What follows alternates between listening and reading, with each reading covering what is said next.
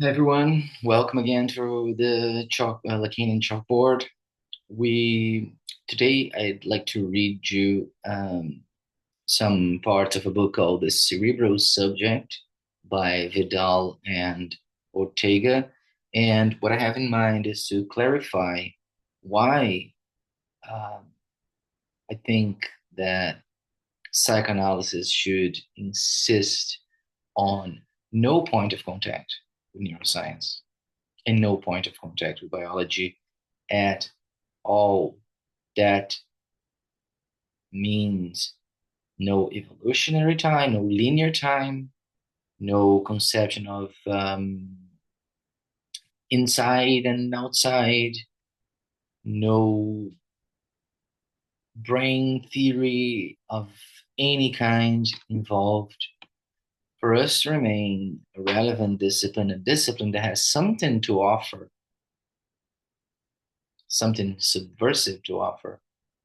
We, I believe, need to focus on anthropology, linguistics, logic, develop, yes, psychoanalysis, but not develop to that side. Is You all know there is a project of a neuropsychoanalysis, but it's my understanding, and I'm going to try to make a point with those two authors, Vidal and Ortega. It's my understanding that as soon as we put psychoanalysis into the neuro, we lose its subversive aspect. We lose what Lacan tried to pose as the most radical about psychoanalysis. We go back to the brain inside and outside um, logic, individual. We go back to ideas of determinism by chemical brain chemicals and all that kind of neuro knowledge. Whereas if we bet to go the other side, to go to the other side, then we have the theory of the signifiers. We have a topology that Lacan applies to provide us with different notions of time, different conceptions of language, a different theory of knowledge.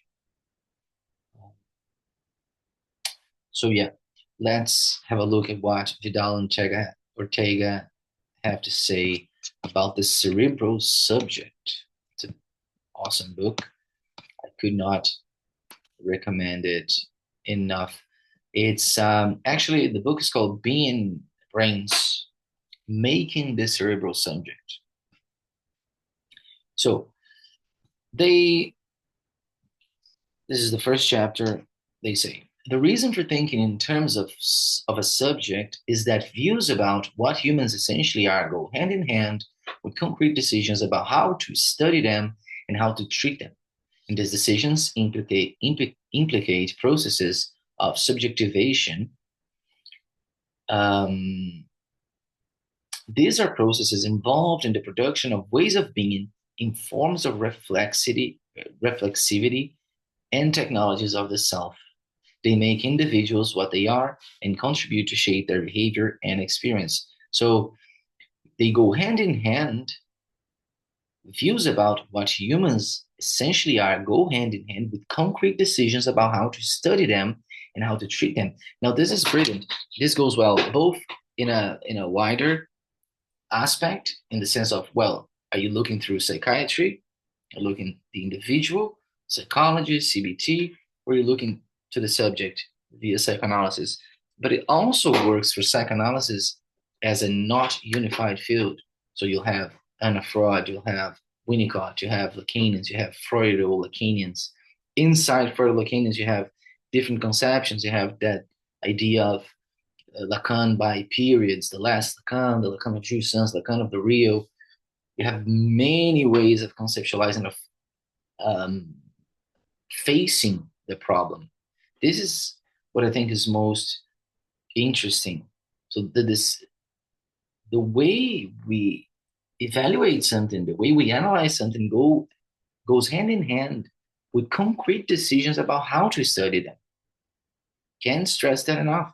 You're going to study the subject inside as a psychic egg with Freud, or you're going to study the subject as in a subject in a mixing of otherness with a whole where once there was an ego, for example, in Freud. They keep going. Notions such as cerebral subject, brainhood, and neurochemical self are not meant to suggest that a neurobiological perspective dictates views of subjectivity always and absolutely, but that, and sometimes in context, it effectively does occasionally at a very large scale. The sociologist Nicholas Rose's example for neurochemical selves is well documented fact. It's a well documented fact that millions of people around the world have come to think about sadness as a condition called depression, caused by a chemical imbalance in the brain and amenable to treatment by drugs that would rebalance these chemicals. So, something that I have been stressing a lot. Once you place the problem inside your brain, a whole lot of consequences will follow. Uh, Politics gets a bit blurred and out of the way. Socioeconomical, economical factors, language factors.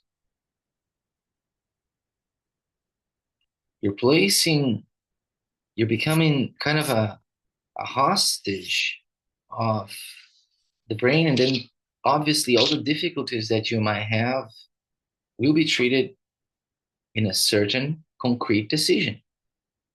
It's the brain. The burnout is something that happens because people can't deal with stuff. Is it? Or is burnout something else? Something that should be faced with a different grammar and not kind of putting the responsibility in the individual. Their brains can take it. People have difficulties socializing. Their brains are different. It's not that the world expects that we are organized in such a manner that the world expects everyone to be productive and know exactly when to say and when not to say something and behave appropriately. It's not that. It's their brains. And those are all about concrete decisions on how to deal with something. Theoretical models. So, in a medical context, they keep going, individuals may share a condition, but not its interpretation. For example, in her study of bipolar disorder patients, the anthropologist Emily Martin describes the clash between a dominant reductionist model and the individuals who challenge the idea that neurobiology sufficed to explain their experience. Grassroots diversity thus coexists with a more homogeneous official discourse.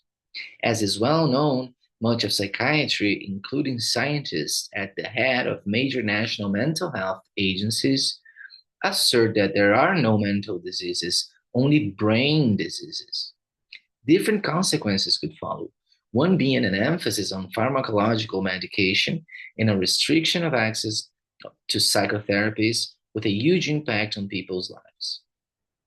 A development such as neurodiversity movement can only happen in a world where mental disorders have been redefined as brain disorders that primarily affect emotion, higher cognition, and executive function. In such a context, psychiatry patients are approached mainly as cerebral subjects, and this may contribute to modulate their self-understanding and how they live their lives. So I hope I have been clear that I don't intend at any point to say that this does not have a place, psychiatry doesn't have a place, CBT doesn't have a place, that psychology doesn't have a place. I just want to make sure we are not only in our discourse differentiating psychoanalysis from all of those, but also and primarily in our concrete way of understanding something, of studying something. And that concrete way is based on the theory of psychoanalysis, on the theory of CBT, psychiatry and psychology. If we approximate this psychoanalysis to neuro, then is my opinion that we fall into the same problem and we lose what's most radical, what's subversive about psychoanalysis. Again, I'm very aware of the neuro project for psychoanalysis. I think it's its own project. I know a few people, more recent movement with Lacan, but originally it's based on Freud, which left a door open for that. He did, and it's fair enough. But my research project, the way I believe psychoanalysis survives, is subversive, is not to again be in another discipline waiting to fall under the to get the proper legit stamp from neuro. Other disciplines are there to and have been here since forever, explaining, dealing with problems. So it's not for everything that we need neuro, as it goes for psychoanalysis as well. Not all problems are solvable through Lacanian psychoanalysis. It's a theory to account for certain problems. So this is Being Brains, making the cerebral subject. Quick take on what they will develop the rest of the book. This is the first chapter, but I think it gives us a good idea. It makes a good argument for thinking how you're going to face a problem. And in psychoanalysis, as it's not a unified field, there's not only a way to address the problem. And I've been trying to highlight those differences, both within psychoanalysis, mainly between Freud and Lacan, and psychoanalysis and those other disciplines, which in general could be said, believe that problems arise here. Problems arise in the body, right? Of course, they all admit to the cultural, to the social factors. Obviously, all of those three disciplines admit to that, but not as potent as they do admit that the problem